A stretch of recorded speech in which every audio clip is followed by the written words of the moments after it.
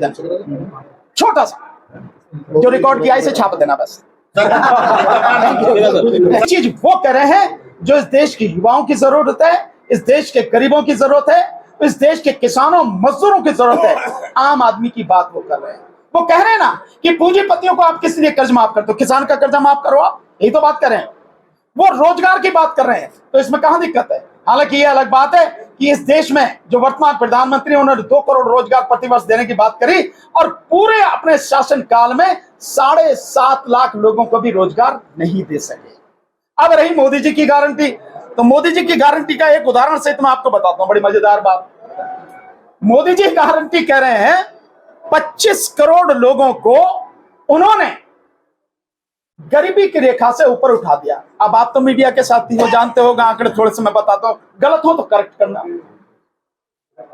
इस देश में 2014 में गरीबी की रेखा से नीचे जीवन जीने वाले जो लोग थे उनकी ऑफिशियल सरकार के हिसाब से संख्या 18 करोड़ थी।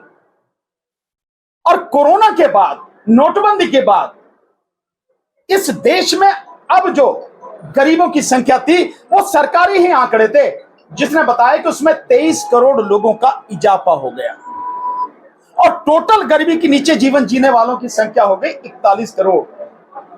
अब मेरी समझ में यह नहीं आ रहा कि वो 25 करोड़ जो गायब किए उन्होंने, कि 25 करोड़ गरीबी की रेखा से ऊपर उठा दिए, वो इनमें से हैं 41 करोड़ में से, या वो जो 18 करोड़ थे उनमें से हैं। अब ये समझ में नहीं आ रहा। अच्छा कोई बात नहीं, एक और बड़ी मजेदार बात है, जब आपने इतने लोगों को गरीबी की रेखा से नीचे ऊपर उठा दिया, 81 करोड़ लोगों को अनाज काय को दे रहे भाई,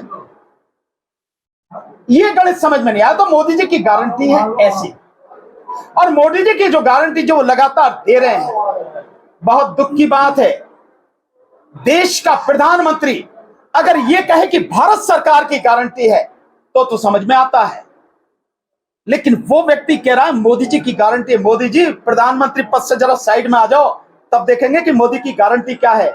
किसी को झुंझुना पकड़ाने की भी गारंटी नहीं दे सकते आप। तो भारत सरकार की गारंटी हो ये तो समझ में आती है, एक व्यक्ति की गारंटी हो यह संविधान का अपमान है, देश का अपमान है, देश की जनता का अपमान है। माननीय मोदी जी को, प्रधानमंत्री जी को ऐसा नहीं कहना चाहिए जो वो कह रहे हैं।